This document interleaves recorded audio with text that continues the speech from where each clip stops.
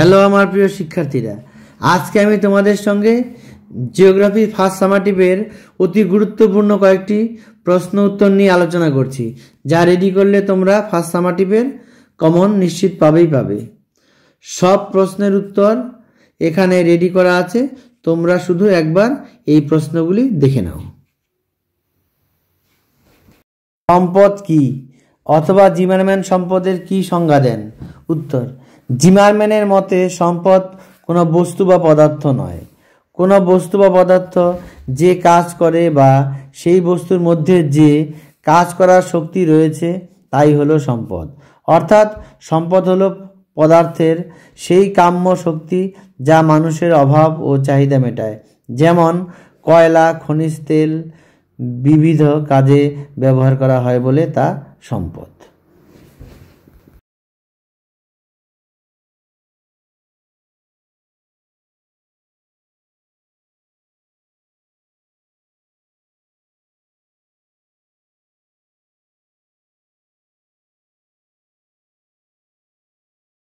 পরের প্রশ্ন: বসুন্ধরা সম্মেলনে সম্পদের নতুন কি সংজ্ঞা দেওয়া হয়? উত্তর: বসুন্ধরা সম্মেলনে সম্পদ নিয়ে নতুন ভাবনা শুরু হয় এবং বলা হয় পরিবেশের যা কিছু বস্তু তার কার্যকারিতার মাধ্যমে মানুষের চাহিদা পূরণের সঙ্গে সঙ্গে জীবমণ্ডলের সংরক্ষণকে সুনিশ্চিত করে তাকেই সম্পদ বলা হয়।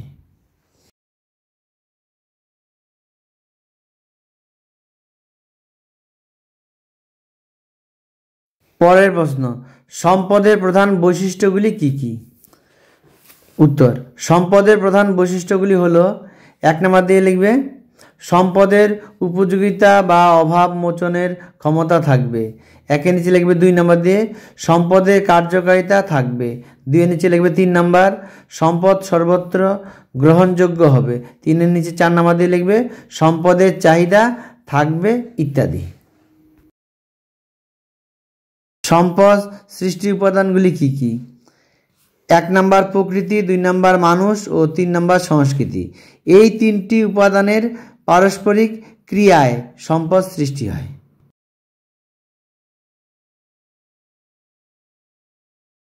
পরের প্রশ্ন: সম্পদ সংরক্ষণ কি?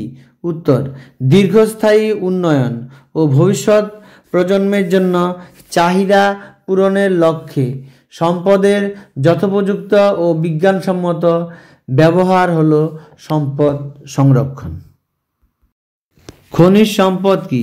উত্তর: ভূত্বকে প্রাকৃতিকভাবে সৃষ্ট সেই সকল অজৈব ও অশ্মীভূত জৈব পদার্থ যা ভূত্বকে যথেষ্ট পরিমাণে সঞ্চিত আছে, যার গুণমান বেশ উন্নত, তা হলো খনিজ সম্পদ। আকরিক লোহা, কয়লা, খনিজ তেল হলো খনিজ সম্পদ। খনিজ সম্পদের শ্রেণীবিভাগ করো। উত্তর: রাসায়নিক বৈশিষ্ট্য, ব্যবহার ও প্রকৃতিগত পার্থক্য অনুসারে সম্পদকে 3 ভাগে ভাগ করা যায়, যথা 1 নম্বর ধাতব খনিজ, যেমন আকরিক, লোহা, ম্যাঙ্গানিজ, 2 নম্বর অধাতব খনিজ, চুনাপাথর, মার্বেল, 3 নম্বর জ্বালানি খনিজ, কয়লা, খনিজ তেল, প্রাকৃতিক গ্যাস। পরের প্রশ্ন: পিগ আয়রন কি? উত্তর: ব্লাস্ট ফার্নেসে লোহা গলিয়ে তা ঠান্ডা করে টুকরো টুকরো খণ্ডে পরিণত করা হয়, এটি হলো পিগ আয়রন। এই পিগ আয়রনের সঙ্গে ম্যাঙ্গানিজ, টাংস্টেন, টিন ইত্যাদি মিশিয়ে তৈরি হয় ইস্পাত।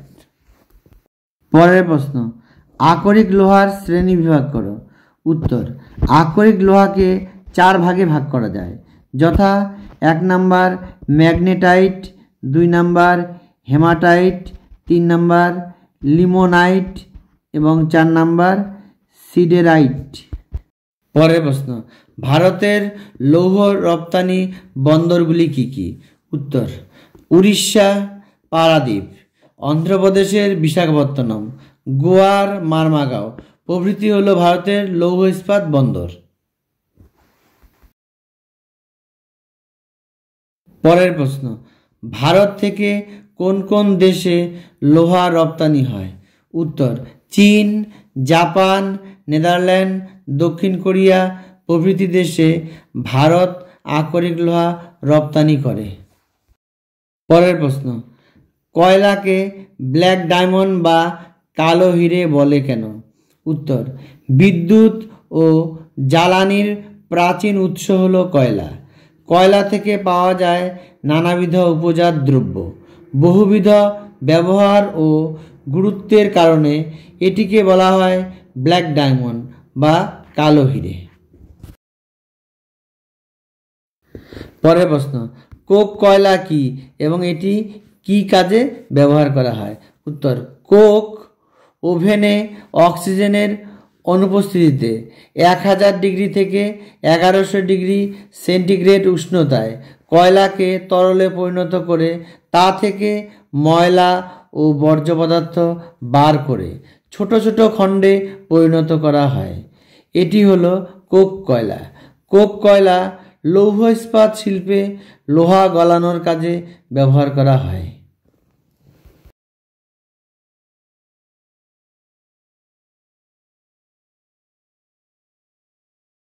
কয়লার প্রধান প্রকারগুলি কি কি? উত্তর, কয়লাকে প্রধানত 4 ভাগে ভাগ করা যায়, যথা 1 number anthracite, 2 number bituminous, 3 number lignite এবং 4 নাম্বার পিট। পরের প্রশ্ন, জলবিদ্যুৎ কি? উত্তর, প্রবহমান ও বেগমান জলের সাহায্যে টারবাইন ঘুরিয়ে উৎপাদিত বিদ্যুৎ হলো জলবিদ্যুৎ। বেগবতী নদীতে টারবাইন বসিয়ে জলধার নির্মাণ করে টারবাইন বসিয়ে পাম্প স্টোরেজ পদ্ধতিতে জলবিদ্যুৎ উৎপন্ন হয়। পরের প্রশ্ন, জলবিদ্যুতের প্রধান সুবিধা কি? উত্তর, জলবিদ্যুতের প্রধান সুবিধাগুলি হলো 1 নাম্বার প্রবহমান জল পূরণশীল ও অফুরন্ত সম্পদ, অতএব এটি ফুরিয়ে যাওয়ার সম্ভাবনা নেই। 2 নাম্বার এই বিদ্যুৎ উৎপাদনে পরিবেশ দূষণের সম্ভাবনা নেই। পরের প্রশ্ন, জলবিদ্যুৎকে সাদা কয়লা বলা হয় কেন? উত্তর, জলবিদ্যুৎ উৎপাদনে কোনো বর্জ্য পদার্থ নির্গত হয় না বলে পরিবেশ দূষণের সম্ভাবনা কম। জলবিদ্যুৎ প্রকল্প রূপায়ণকালে কিছু বনভূমি ধ্বংস হলেও তা পরিবেশের উপর খুব একটা কুপ্রভাব ফেলে না। পরিবেশ বান্ধব বলেই এটিকে সাদা কয়লা বলা হয়েছে। পরের প্রশ্ন, প্রচলিত শক্তি কি এবং এর উৎসগুলি কি কি?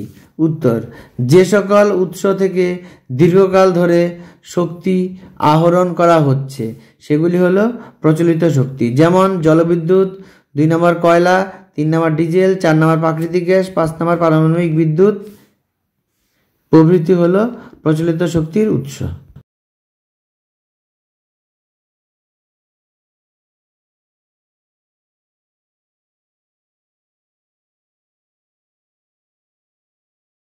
পরের প্রশ্ন, প্রচলিত শক্তির প্রধান উৎসগুলি কি কি? উত্তর, প্রচলিত শক্তির প্রধান উৎসগুলি হলো 1 নম্বর প্রবহমান জলের মাধ্যমে টারবাইন ঘুরিয়ে উৎপন্ন জলবিদ্যুৎ, একে নিচে লিখবে। 2 নম্বর কয়লা ও ডিজেল প্রাকৃতিক গ্যাস পুড়িয়ে তাপবিদ্যুৎ, 2 নিচে লিখবে। 3 নম্বর ইউরেনিয়াম ও থোরিয়াম থেকে প্রাপ্ত পারমাণবিক শক্তি হলো প্রচলিত শক্তির উৎস। খনিজ তেলের উপজাত দ্রব্যগুলি কি কি? উত্তর, অপরিশোধিত তেল শোধন করে পাওয়া যায় 1 নম্বর জ্বালানি তেল, 2 নম্বর অ্যাসফল্ট বা বিটুমেন, 3 নম্বর লুব্রিকেটিং তেল, 3 নম্বর প্যারাফিন, 5 নম্বর পেট্রোরসায়ন শিল্পের কাঁচামাল। পরের প্রশ্ন, খনিজ তেলকে তরল সোনা বলা হয় কেন? উত্তর, ব্যবহারগত কারণে খনিজ তেল সোনার মতো দামি। বর্তমান যন্ত্র সভ্যতায় এই দ্রব্যটি ছাড়া অচল বহুবিধ ব্যবহারের কারণে এটিকে তরল সোনা আখ্যা দেওয়া হয়েছে। পরের প্রশ্ন, দামোদর উপত্যকার কয়েকটি জলবিদ্যুৎ কেন্দ্রের নাম লেখো। উত্তর, তিলাইয়া, মাইথন, পাঞ্চেত প্রভৃতি হলো দামোদর উপত্যকার জলবিদ্যুৎ কেন্দ্র। পরের প্রশ্ন, পারমাণবিক শক্তি কি?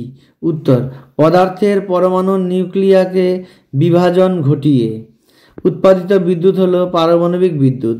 প্রযুক্তিতে অতি উন্নত দেশগুলি পারমাণবিক বিদ্যুৎ উৎপাদন করে।